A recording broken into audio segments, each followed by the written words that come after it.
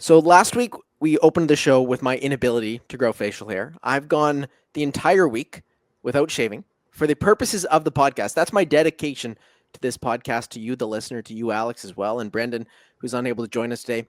And it has turned out into nothing, I don't really think. But that's not really what we're here to focus on. But Alex, how would you grade my 1 week of not shaving here?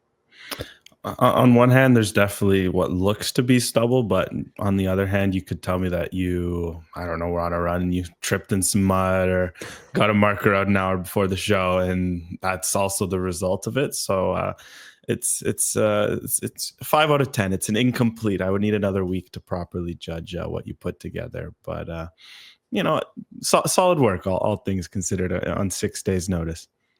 Yeah, well, I don't think it's going to last for another week because personally I don't like the feel of it. But a big week in Canadian soccer. Brendan, unfortunately, unable to join us this week. Bunch of busyness in all our lives this week, and busyness in the transfer window as well. We'll start off with the Canucks Abroad mailbag, I guess. Some CanMNT deadline news. It was deadline day and things were happening quickly. Tajon Buchanan heading to the Yellow Submarine. He signed with Villarreal on loan through 2024 and 25. It seemed like that might not get over the line. The same with Ismail Konè, who heads over to Rennes as well. Of course, the shirt that you're wearing here today, he gets away from Olympique Marseille. But it seemed like those two deals might not get over the line until they eventually did. Yeah, well, Tajon Buchanan definitely felt like that one was going to happen. Inter, they conduct their business very swiftly, very efficiently. Now, which is, a far departure from where they were 10 years ago and, what the club's gone through. They had already kind of, identified some targets. Nikola Zalewski, a Polish wingback, was brought in. And by the way, he has had a great start. His first game, he got an assist for Inter in the Derby del Madonia against AC Milan. So talk about making an impression, and just shows the pressure Tajon Buchanan's going to be under to perform on loan. But this is what Buchanan needed. He needed this fresh start. That's what was decided. And, now he's going to go get it. With Konè, it felt like there was a chance he could stay. Yes, De Zerbi was his comments pretty indicated that it was pretty much final, but at the same time, they wanted a replacement, and credit to them, they secured a very good one. Ismail Benacer, they got him from AC Milan. I was not expecting him to go from Marseille. I really thought he's, has had some good seasons there at AC Milan, to go back to Liga and to go back to Marseille's. I guess credit to what Marseille's building, that they're able to get the likes of him, Rabiot, some of these other players they've been able to get over the last year. Like, they're really building something, and it's unfortunate Konè has not been able to figure into that. But as we said, this is kind of a wake-up call, and I mean, we'll talk about it. I know we have some questions about Rennes and what they are. A lot of people don't know who they are. Thankfully, I watch quite a few of their games, and I've been following the club for a long time. So for those reasons, I am excited beyond the fact that Canadian at a club that I've never expected to see a Canadian at is also a cool storyline. Yeah, I mean, their tweet to announce it was La Première Canuck joining Rennes as well. So certainly exciting times for Konè to hopefully, get some regular minutes. It's the same league. He's going to be playing the same level of opponents. And I think that that's the important part that we're getting in this Konè deal, is the fact that he's not taking a step down. It's not a different league. It's an opportunity that he could potentially earn his way back into Marseille as well, where you look at Buchanan, it's a different league. It's a different style. Maybe it's a little bit looser. Although Serie A, of course, has changed from the defensive stalwart league that it has been in the past. But when you're looking at, what his success looks like at Villarreal, is that perfectly translatable to Serie A? There's an equation to do there, but there's not that equation to do with Konè, given that he's staying in Liga. Yeah, but I think with Buchanan, what I like is he secured himself a good enough club. I know there was the talks of potentially going to Torino, which we spoke about. Roma, I remember I was leaning more towards Roma. This Villarreal almost feels like a step up on a Roma, in the sense like this is a team pushing for Champions League. They have some exciting players. Alex Baena, who almost went to Saudi, or at least his head was maybe turned by Saudi, but then he and the club decided to stick around. That's a big move for them because he's been excellent this season. Villarreal has a shot of Champions League and making some noise. So the fact that Buchanan's going to another pretty decently sized club, yeah, it's not going to be in that Inter, Bayern, Real sorts of, but it's that next step down, so to speak. That's a good move for Buchanan, because yes, stylistically the leagues are different, but I think what he'll be able to show will translate. And I think this is perfect, because either he, like, as long as he does well, maybe Inter's like, oh, okay, he went to Villarreal and held his own. We can see him in Inter play, or he sticks at Villarreal or that kind of level, and that's not a bad thing. Whereas I think with Konè, you could see with some of the clubs linked to him, like a Valencia, some of the others, there's a real prove it factor that Buchanan has been maybe given a bit more benefit given what he's shown for Bruges. And even in limited glimpses for Inter, it was less about Buchanan and more about the players he had to jump above in the pecking order in his situation. Overall, what do you think of this Konè move? That's the question from at Johnny Depp. I like it. I mean, yes, as some will have discovered, Stade Rennais are having an awful season, pretty much unprecedented. Like the last 10 years, it's funny because Rennes are a tiny club. Some backstory: my father lived in the city for a while, way back when. That's why I love the club, and I've been to a couple games and I followed along.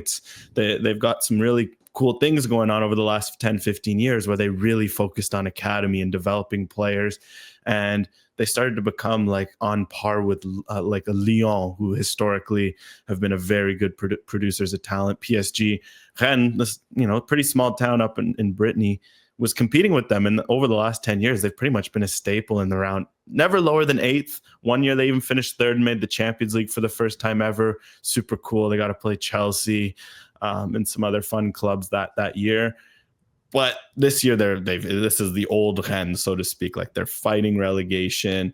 The coach they brought back, Julien Stéphane, who was their coach in 2019 when they made when they won Coupe de France for the first time in 40 years, when they were pushing for top 5. He left, he came back, sacked him, didn't work out. For some reason, they signed Sampaoli. Awful move. I did not like that move from the start. He's they've been on a big losing streak. There's a big turnaround to be made. But with Konè, what I like with Rennes, they've developed a lot of talent. Like, if I start listing off some of the youngsters that have come through Rennes over the last 5 to 10 years, it'll take 20 minutes. Like, there's so many talented players, and that they're willing to give young players a shot. So I think that's the big thing that stands out with Konè, even if you look at the standings right away, you're like, oof, maybe not the best situation.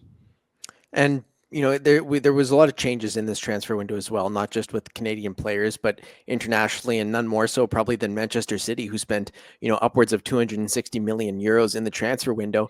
But Nico Gonzalez moving from Porto to Man City, does that potentially open up opportunities for Stefan Eustáquio? The question from Doublet is, with Nico Gonzalez moving from Porto, does this elevate Eustáquio's profile and potential for a future move at a higher level, or will he be at Porto for the long term?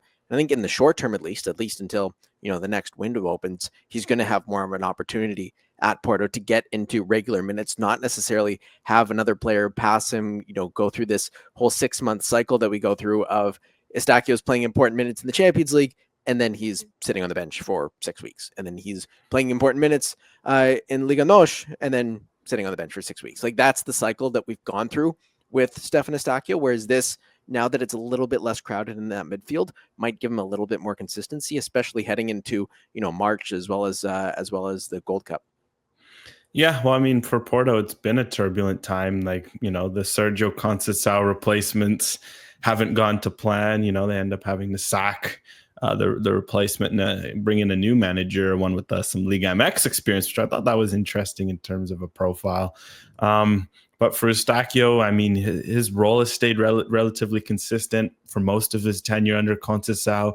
He was clearly appreciated. I thought, when there were those rumors that Conceição might be looking to bring him to Milan, that kind of cemented that idea that, Conceição's always admired Eustáquio. Unfortunately, last year, as we know, Gonzalez coming in and Alan Varela, that's one of those where those are just two incredibly talented players. And I think Man City making this move, it's not surprising. We kind of spoke about it a lot when Eustáquio was on the bench. Well, it's like, it feels like Gonzalez is going to go eventually. So you're just kind of waiting for that to happen. And yeah, so I think for this transfer, this doesn't change much in terms of Eustáquio's future. And if anything, the last few months have been exactly what he's needed. He's really stepped up. He's established himself. The big thing that stood out, and you can see it with Porto fans, you can even just see it in his play, he's really become a leader at the club, which makes sense. He's been there for a while now, and he's one of the most tenured players, as a lot of them have gone. like there's talks of him potentially maybe being a captain candidate, if he continues at the club, especially if a Diogo Costa ends up leaving, given his profile and what he's done for the club. And that's exciting. So I think for Eustáquio, given his age, given where he's at, given that Gonzalez is now gone and opened up that spot, Porto's going through a rebuild right now. They've got one of the youngest squads in Europe. They've just cleared out 100 mil in terms of selling Gonzalez and then selling Galeno to Saudi. If they're going to rebuild it, having Eustáquio around as a leader could be a very, very good option for him, for the club, etc. So I feel like Eustáquio, this move, in fact, opens him up to a very bright next few years at Porto in terms of a new kind of role. And I mentioned the Gold Cup there. Of course, he's not at the Gold Cup, Porto in the Club World Cup this summer, so he could have more competition at least coming in North America, and a weird chance for people to see him in his club kit, being CanMNT fans. But another big deal dropped just before we jumped on our recording as well. Alphonso Davies spitting bars and re-signing with Bayern Munich. One of the more unique re-signing announcements that I've seen, but I do think that he should probably do the cover song for FIFA World Cup 2026. Screw Pitbull. Oh, that's quite a deal. I mean, I feel like, Pitbull's going to be there some form. There's some good Mexican artists out there, but that would be quite funny given how the last year has gone for someone like Drake, who I'm sure would have been positioning himself to try to get in on that. Hey, he was at the launch with Infantino, wasn't he? But maybe Davies comes in and pips his spot, and we get some sort of trio going on. But hey, shout out to Bayern, because you forget. Remember Davies did do a song way back when, and the music video and all that. I remember that when that was a big talking point on Davies' career at Bayern. So I thought that was a bit fun, and it's good to just see him officially commit his future till 2030. When you think about it, if he sees it through the rest of that contract, he'll have been at Bayern for 12 years. Like, crazy to think a young Canadian to have gone through that trajectory at a club that historic, to see all the celebration the Bayern fans have had about it. Exciting move. And the wrap just was kind of like a cherry on top. Quiz for you, though. Pop quiz. The first professional goal he scored was against what team at what stadium? It was at UBC Thunderbird Stadium, and it was against LA Galaxy 2, wasn't it? And you got it right. And he went flipping. And Alan Koch was the coach back then, and Alan Koch back in Canadian soccer as well. He signed with the University of Guelph to coach their men's soccer team there. So not often do you see a USL Coach of the Year, the guy who gave Alphonso Davies his first pro game, and MLS coach make his way to Canadian University soccer. But a little bit weird with that one. What was your reaction when you saw Alan Koch joining U Sports and coming back to Canada? What a direction to take this. But no, I mean, Alan Koch, I got to interact with him a lot in 22 when he was at FC Edmonton. I got to cover a lot of Edmonton games, so I'd be talking to him pre and post game. And I mean, I'm not surprised he loves Canadian soccer. He spent a lot of time here, SFU, Whitecaps, maybe he jumped to Edmonton after his Cincinnati stint. So in a sense, I'm not surprised he's coming back. I wondered maybe if a CPL gig could have been, something he does, but I'll be curious to see what he can bring to the U Sports system. But definitely fond memories of that Davies goal. I'm pretty sure I want to say I was there. Problem is I did a very bad job of tracking games that I went to at that time that weren't Whitecaps first team, but I do have a vague memory of Davies scoring and him backflipping, and it being like, oh wait, was this one of Davies' first pro goals? So there's a strong 70% chance I was there in the stadium. So wrong guy to ask that trivia question about. Yeah, I was at the game. I know I was because I took a photo with Tim Parker and Russell Tybert that day. And I thought I was the coolest person in the world taking a photo with those two guys. Tim Parker, of course, still around in MLS and back at the New York Red Bulls with the club he went to after his time with the Whitecaps. But we'll get the show back on track here. Of course, Davies staying with Bayern Munich. Whitecaps could benefit a little bit from that should he hit more performance bonuses. But I think the Whitecaps, at least looking at this deal, probably would have preferred the sell-on fee that they would have gotten. When you look at what happened with John Duran and Chicago Fire, the Whitecaps could have gotten something sort of similar to that. Yeah, you do wonder if they were in the ears of being like, hey, just saying Real Madrid, 80 million wouldn't be the worst storyline in the world. But yeah, at the same time, I think it's important to remember that there's still some clauses to be hit. Unfortunately, we don't know a lot of those clauses. we imagine a lot of them are trophy related, and he hit them all first year. So they actually got a big bump because he won the Champions League so early into his tenure. There's 6 million more euros that could be up for grabs. It was initially 10 million euros. It's been brought up to 14, and it can get up to 20.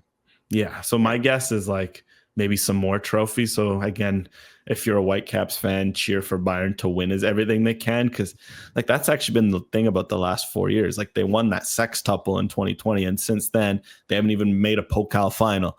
They've, in the Champions League, they've had some earlier than expected heartbreak. Like this year, cheer for a deep run. Otherwise, I bet one of them has to be getting in the World 11 again. This year, it feels like he's the best shot he's had since he made the World 11. He just got to stay healthy, and maybe a good Club World Cup will help him. So, yeah, I guess if you're, a Whitecaps fan hoping for more transfer money, just cheer on him to keep hitting new heights under Vincent Kompany and at Bayern. And another deadline deal as well that caught me by a big surprise. Liam Fraser leaving MLS and FC Dallas for EFL League One Crawley Town, which is near the bottom of the English third tier.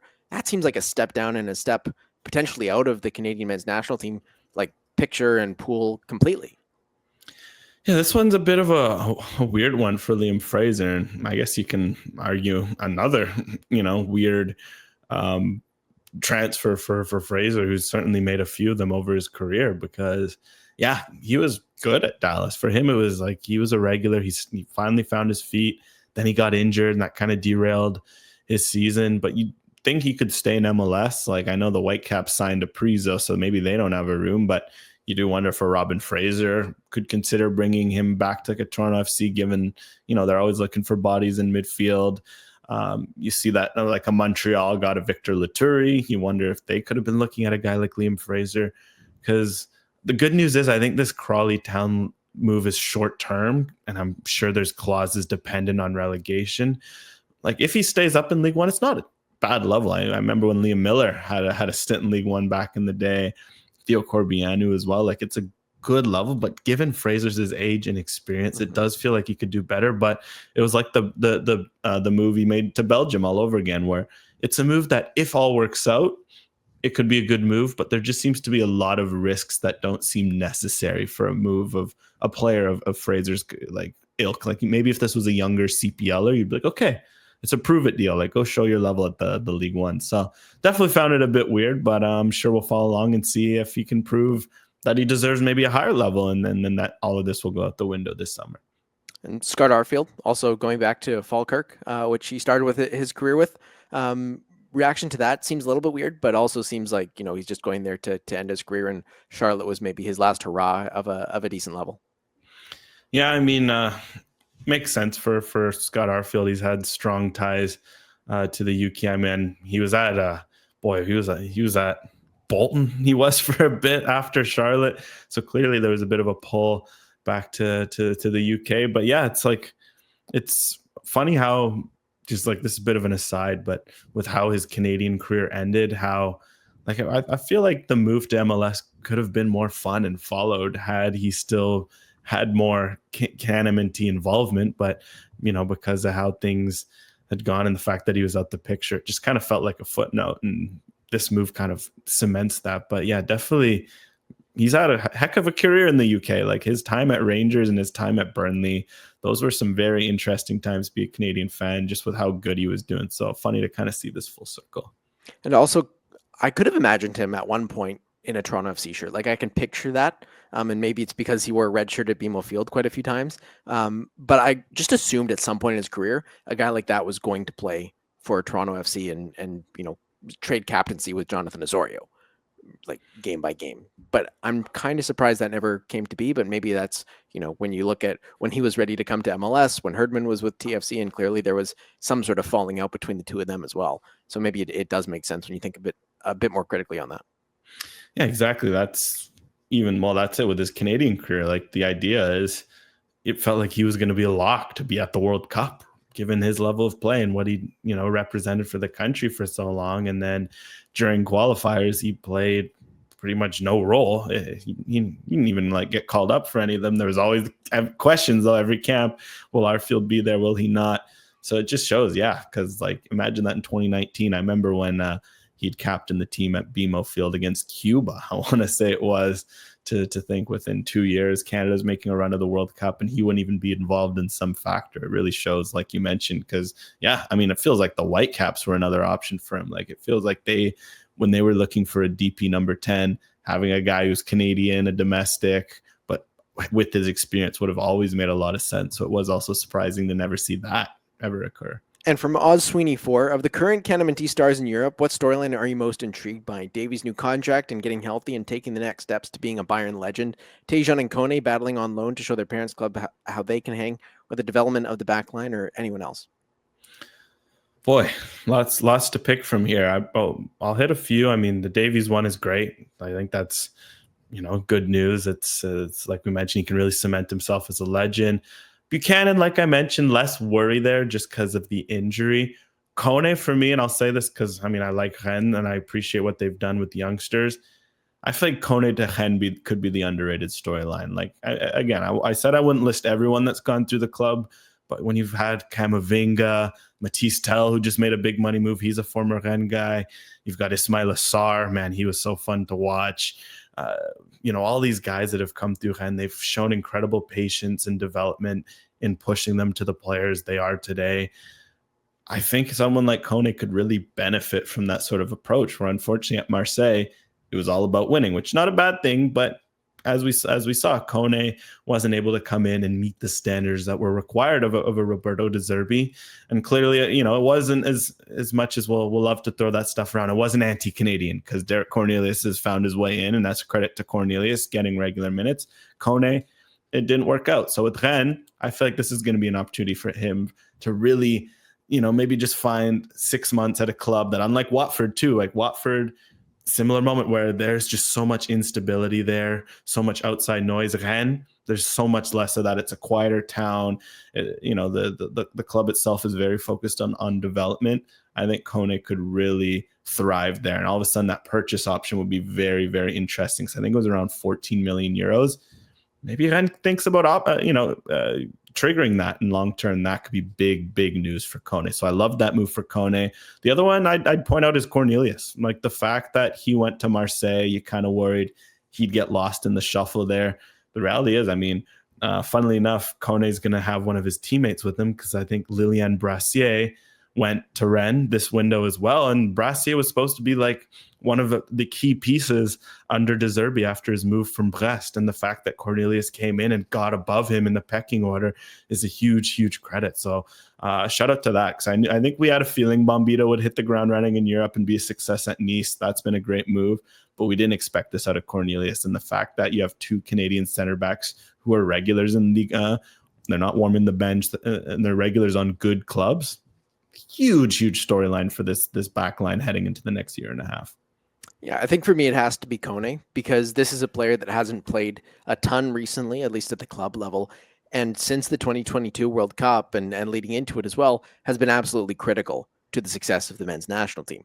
And so if he's not playing regularly at club, if he's not continuing to be pushed and elevated through the club game, then he's not going to get to that point for the men's national team. And we have to start thinking of other options. And so I feel like this loan move isn't a do or die move for Konè's spot on the national team. He's still extremely young. He's still able to, have another chance and another chance after that to become the player that we think he can be.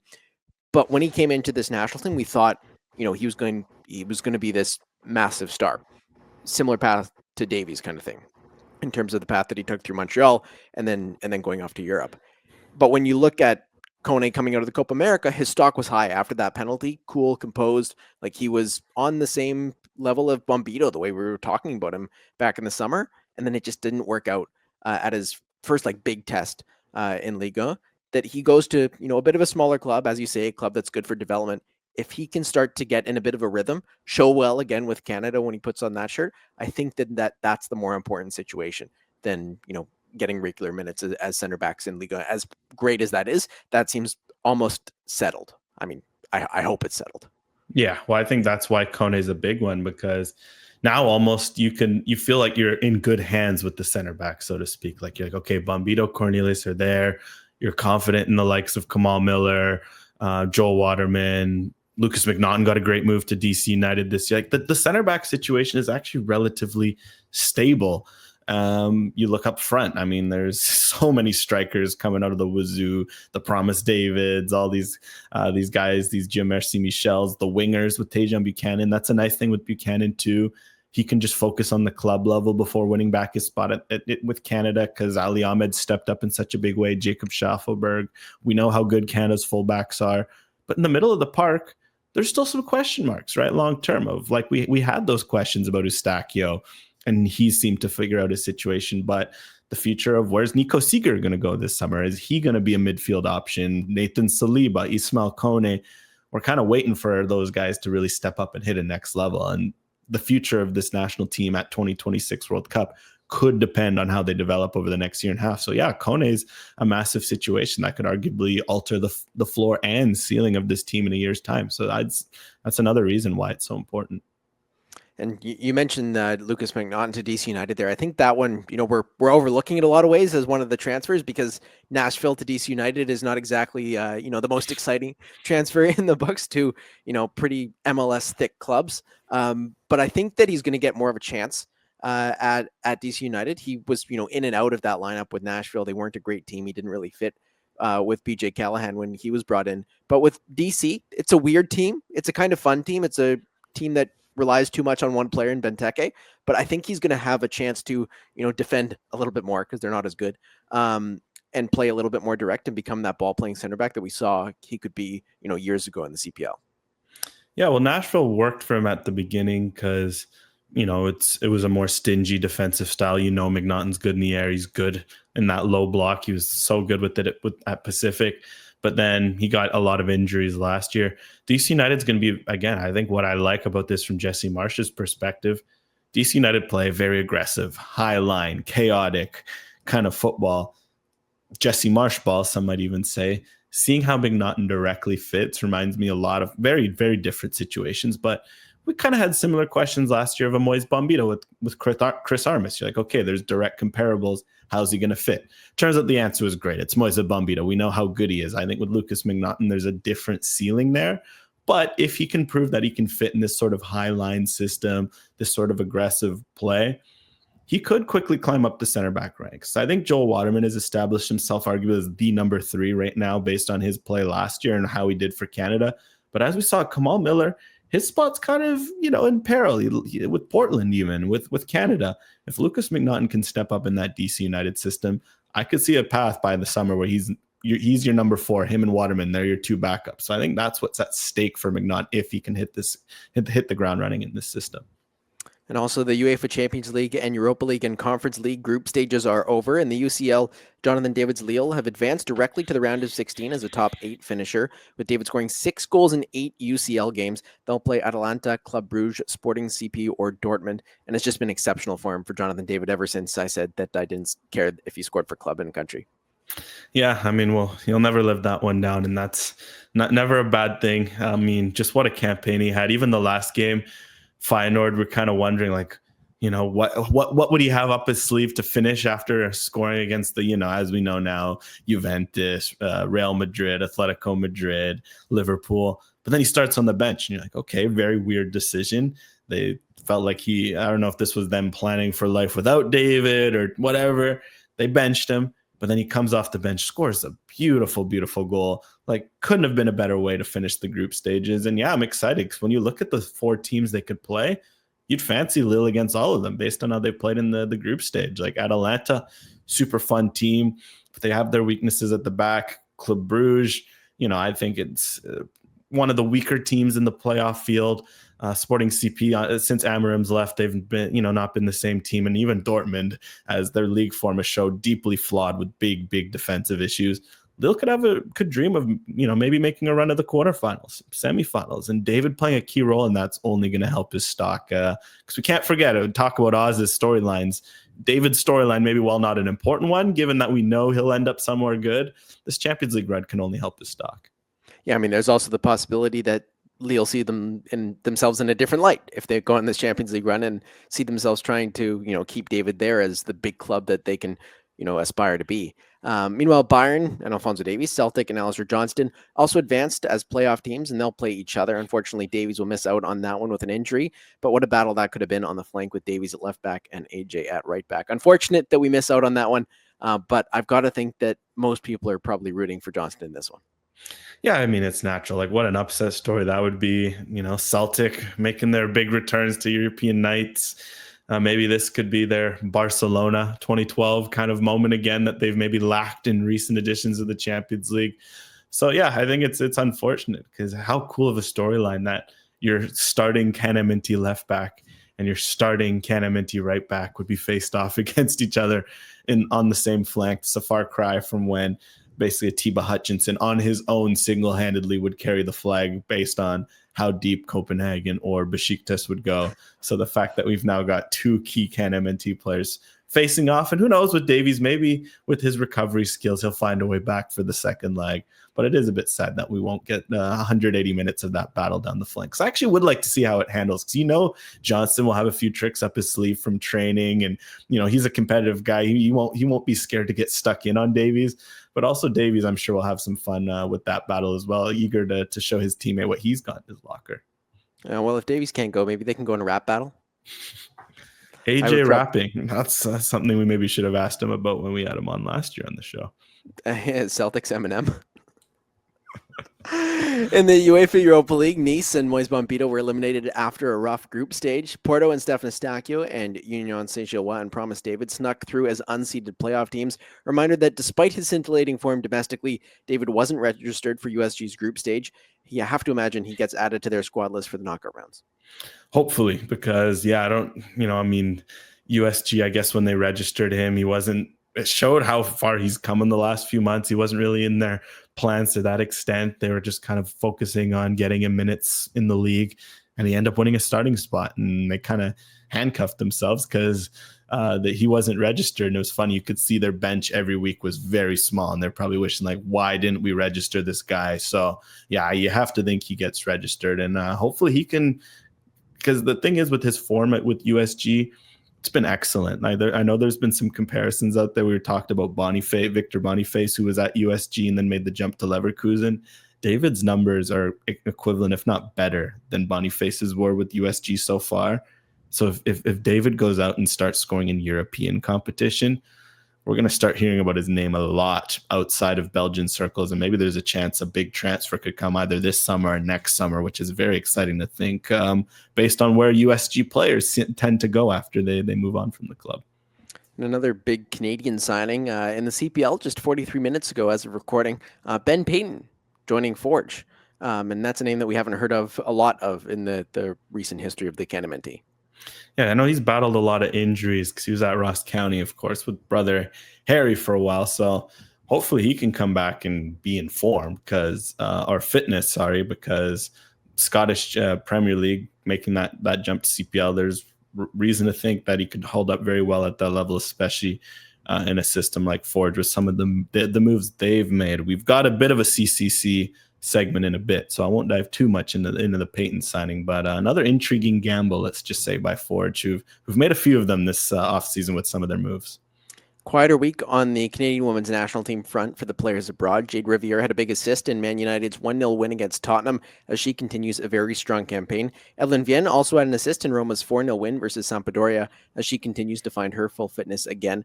And no CanWNT action in January, but they are in action this month, which means we're getting closer, probably within a few days, of getting Casey Stoney's first CanWNT squad. We also got a U20 squad for the CONCACAF Championship qualifiers, and it included AFC Toronto youngster April Lentine and UBC's Sienna Gibson among the usual stars like Geneva Hernandez-Gray.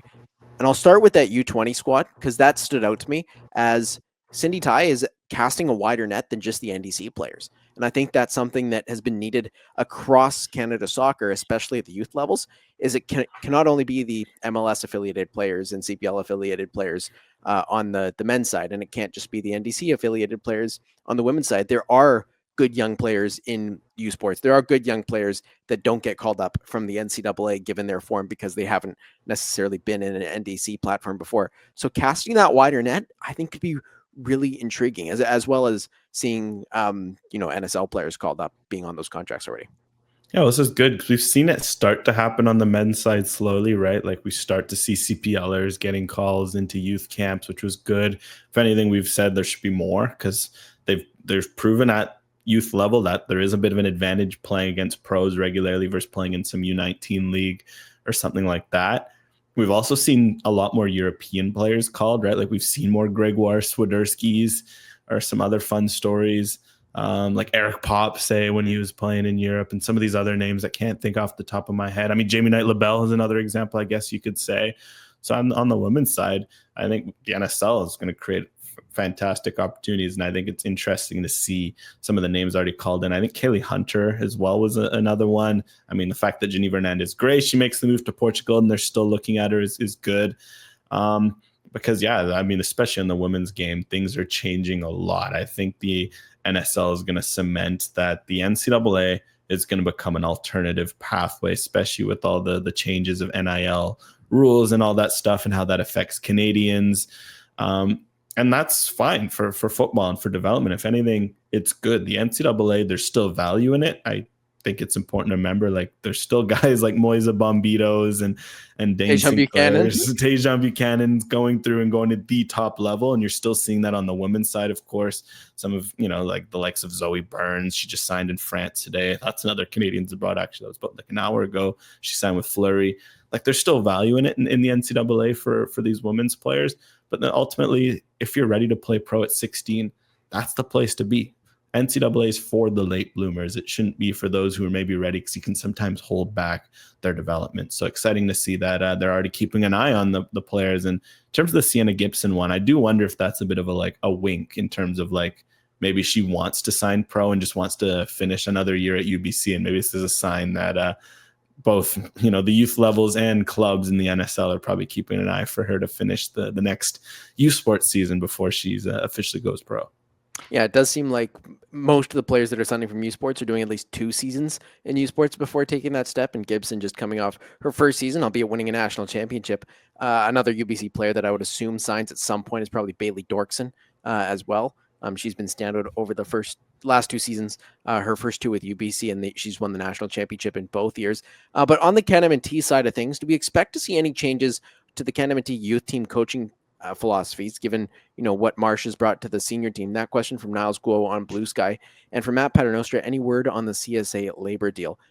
I do think that we will see some adjustments to the youth levels, and I think we've started to see that. We saw Marsh go across the country and do these coaching clinics across the country, address media across the country over the last few weeks. And from the sounds of it, he's going to be joining some of the youth camps as well and trying to bring up that system through the youth camps. But you got to remember that this isn't a Herdman. This isn't somebody that is here to build.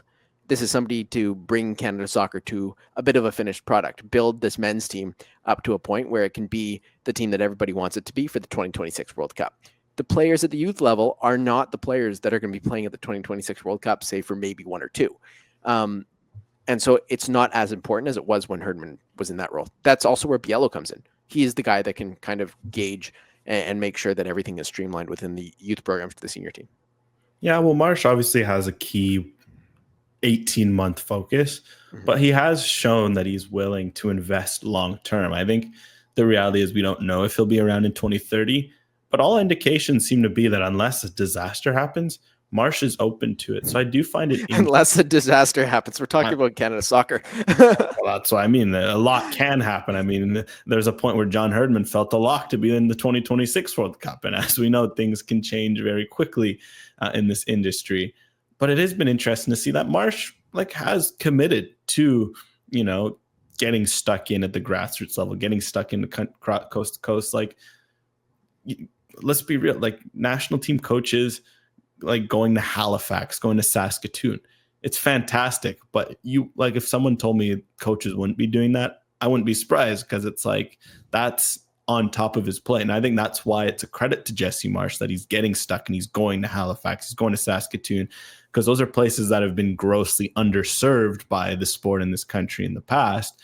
And I don't think you do that if you don't have an eye on the future. So I think with Jesse Marsh, it shows what he's willing to do long term. And I think youth teams are a big part of it. I wasn't able to get stuck into the Vancouver coaching clinics, but I had some friend who works as a physio in the Whitecaps, and he was there when Marsh came in and talked to some of their like U15, U14 teams, and he was telling me that Marsh came in and was telling them about his philosophies. They were working on it in training, so I think that shows that Marsh is going to want to get this sort of stuff going across the country. And I think youth teams are going to be a big part of it. So I'm curious to see what that first camp looks like. What's his plan? We know Casey Stoney told us her plan. She wants to go right in and like legit be at a camp. We'll see if Jesse Marsh is going to go that far this year, given what he has on his plate, but don't be surprised to see his influence shown in one way, and potentially having a new coach for like a U20 or a U17 might be the way that's manifested. And on the labor deal as well, personally, I haven't heard anything. I imagine things are getting tougher with the political situation, both in Canada and the US over the last few days, that is just making any financial decisions a lot more complicated than they were 2 weeks ago. Oh yeah. There's obviously a lot of red tape, so to speak, to talk on the US Canada situation, but at the same time, I don't definitely, I don't think that would be the holdup on any sort of labor deal. I think they're just finalizing things. I mean, my best educated guess is ideally all parties want things in order as the NSL kicks off, CPL kicks off in April, the club seasons get going. Voyageurs Cup gets in swing. There's a big year this year with Canada hosting Gold Cup games again in Vancouver. One Soccer getting up and running in a new studio as well. Exactly. So I'd say that's something where it feels definitely like in the few months we'll probably hear some sort of update of sorts. And on the Concacaf Champions Cup as well, that competition returns this week. Forge hosts Monterey on Wednesday, and Cavalry hosts Pumas in Langford on Thursday in leg one of their respective ties. There's still away goals in this tournament, which I really don't like. It seems like it's the only tournament, that and the Canadian Championship, that still have away goals. But what are your expectations in this tournament for the Canadian teams, and in particular the CPL teams that are in this first round of games? I mean, I don't mind the away goals. I know it's not a popular sentiment from every manager. I know James Merriman didn't like it. Vanni Sartini didn't like it. So I've definitely put myself in the other camp. But also, like, if you're going to do 2 legs, you need to add something to incentivize like the value of the 2 legs. What I found in the UEFA Champions League, like, yes, the ties are more fun, so to speak, and I get that, but like the first leg becomes meaningless because it's just like at this point, just play 90 minutes and give advantage to the higher seeded team. You don't need to do home and away. The first leg becomes very useless. So I do like that away goals are there, because if you're Forge, if you're Cavalry, like, you're looking at these first ties against Mexican giants, and like that first leg can mean so much. Of, man, if you squeak out a 1-0, you keep them off the board in terms of away goals, you can just have so much to dream about heading down to Mexico. So I'm curious to see how they hold up.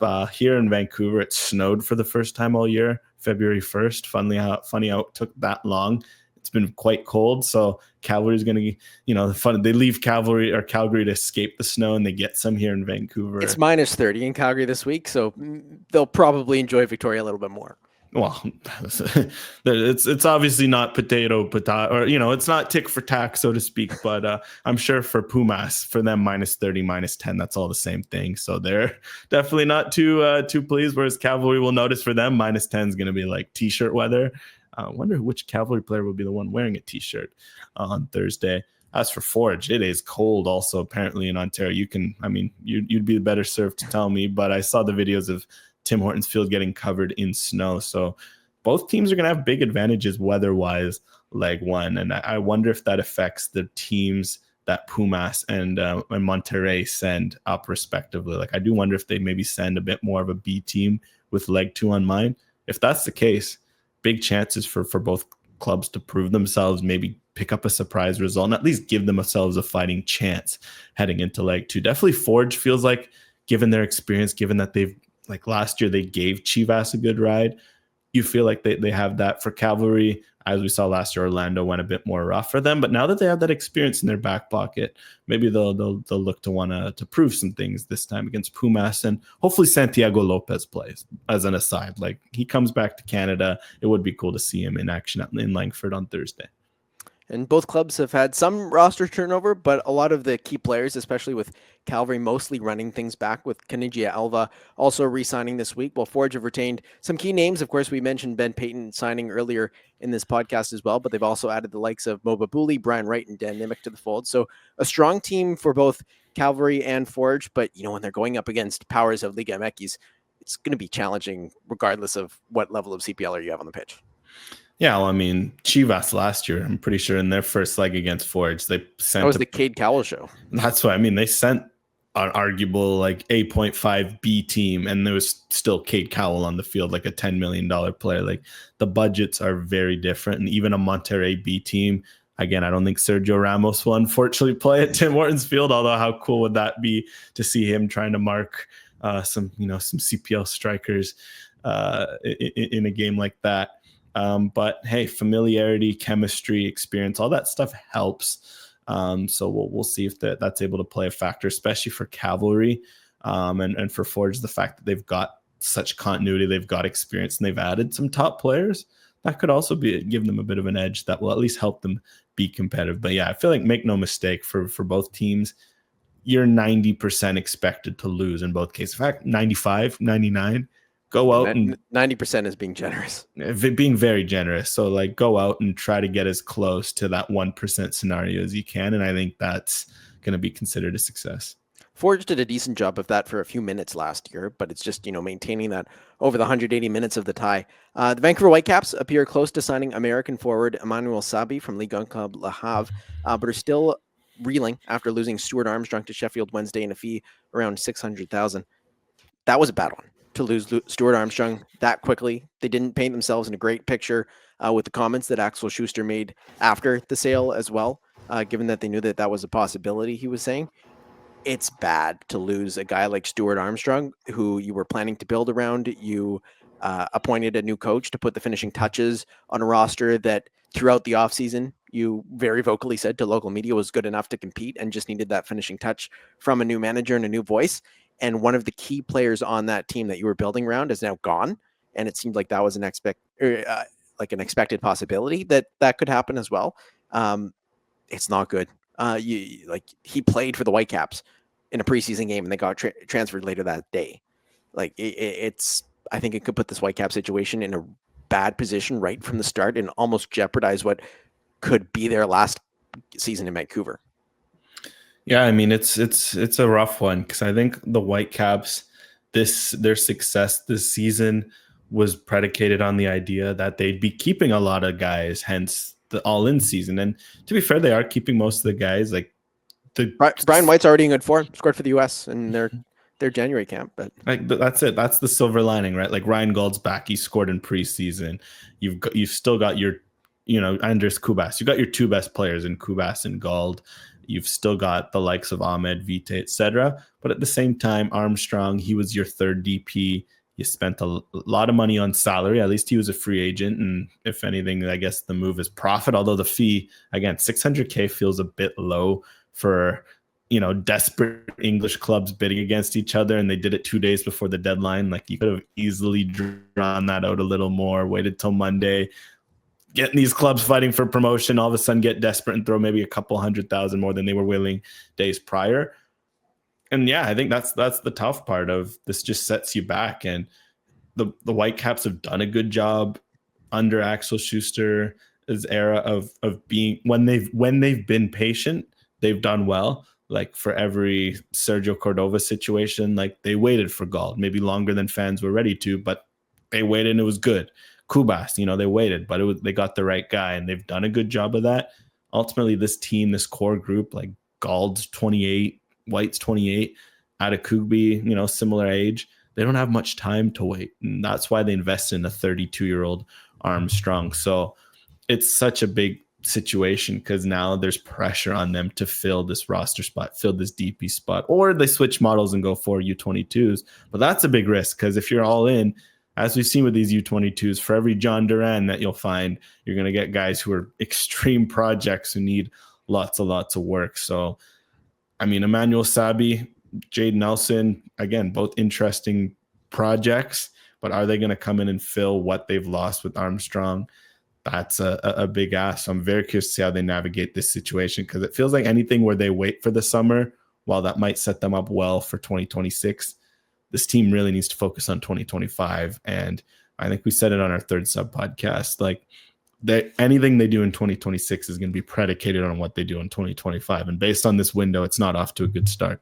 Yeah, it could really put the season in some jeopardy to start off. I think Jaden Nelson, as you said, is a good project to bring in, and somebody that can get to a level of, what Ali Ahmed was being able to do by the end of the season with the Whitecaps and even with the national team. So I think it's good that he's coming back into MLS, but it just opens up so many possibilities to make a mistake. And the Whitecaps can look at their past experience. You mentioned Sergio Cordova as a mistake that they made when they went and tried to solve a problem quickly.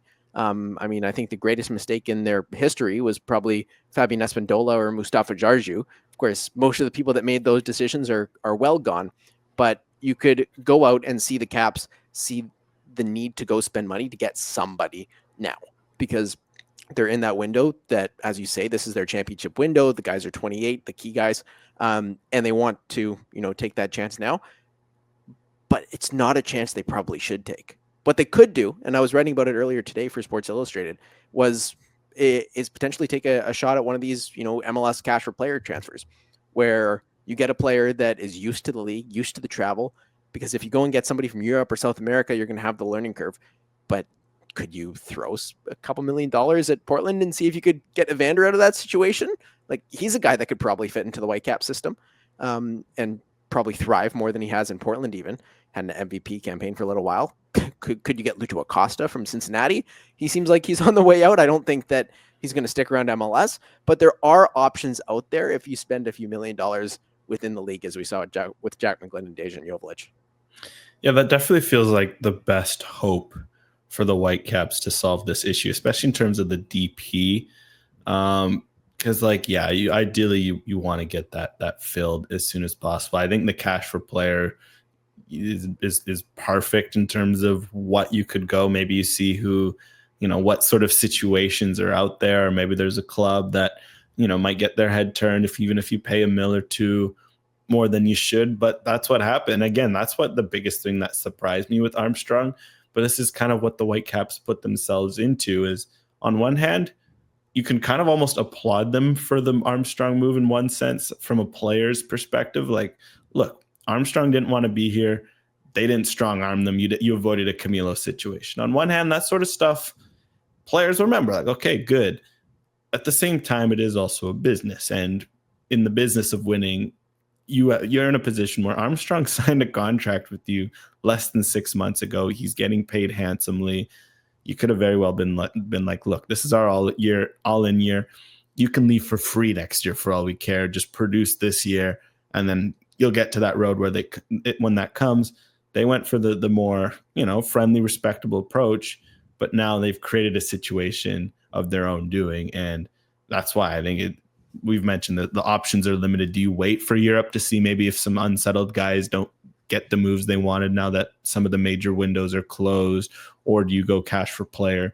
But there's a lot of risk there. And yeah, you don't want to overpay for another MLS player and he flops, because then you'll just be like, well, if you're willing to spend $6-7 million and say you get an Evander somehow, but he flops, then you could have been like, well, that $6-7 million could have gone elsewhere. And in an off season where Atlanta is spending $30+ million on bringing their gang back together, plus a little fun, definitely if the Whitecaps puts a little more pressure on what sort of moves they're able to conduct. Yeah, you see Atlanta earlier today spend, an MLS record fee on Emmanuel Latte-La for Middlesbrough, and you think, like, the Whitecaps are in the same league, Montreal's in the same league as this team, and you go through the most expensive transfers in MLS incoming history, and I think 6 of the top 7 are Atlanta United. So, the Whitecaps are not in that situation. They're not going to be spending that kind of money on the stars that Atlanta's able to bring in. I think the only team that could potentially do that in Canada would be Toronto, and we've seen that in the past. But I also wonder whether the situation that the Whitecaps are in with the value of the Canadian dollar, whether they'll want to go out and replace Armstrong. If this is an ownership group that sees themselves as, separating themselves from the asset and selling off the club, and the Canadian dollar is trading at 63 cents to the American dollar, maybe they're fine with not bringing in another designated player. because they see this team, maybe they can go finish 6th again, get in the playoffs, get eliminated in the first round, maybe win the Canadian Championship. Like, it could be good enough. And they might just not want to take that next step in the same way that they would have wanted to before they were selling the club and before the Canadian dollar went even further down the toilet. Yeah, this is where for the Whitecaps, they just it's in their hands. It's like when the Crew were in a similar situation and there was talks of them moving, things were made very clear. Anthony Precourt was like, I want to move this team to Austin. There was the uproar, and we all know how that ended. With the Whitecaps, though, they've made it pretty clear they want to stick around in Vancouver. Okay, sure. It's like it doesn't take a lot of effort to go out and look at fan sentiment online in terms of like fans are legit worried. Like, I mean, this is a fan base you have to remember that has seen the Grizzlies. That is, if they're fans of hockey, they've seen the Jets and the Nordiques and etc. I mean, to put it in perspective, when the Grizzlies left, the Canadian dollar was doing better than it is today when we're recording the podcast on February 4th. Same with the Nordiques, I'm pretty sure, when they went to and became the Avalanche. So like the fans are naturally are scarred. And when you see things like Armstrong moving and, a lack of big money signings being made, right?